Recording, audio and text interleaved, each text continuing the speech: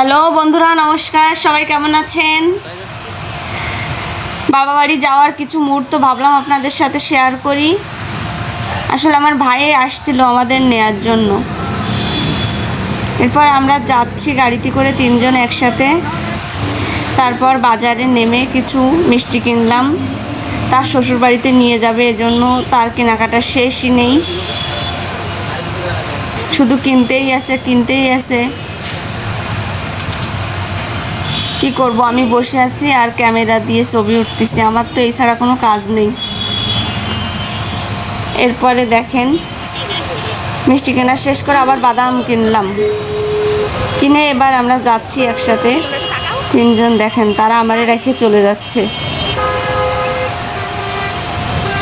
তারা শুধু হাঁটতেই আছে, আমি ওদের সাথে হেঁটেই পারি না। দুই ভাই একসাথে হাঁটতেছে, দুলাভাই ভগিনপোত। এরপরে আমরা উঠলাম একসাথে ভ্যানে। দেখেন বাবা বাড়ি যাওয়ার কি মজা, পুরো মাতোয়ারা হয়ে যাচ্ছি। টাটা সবাইকে।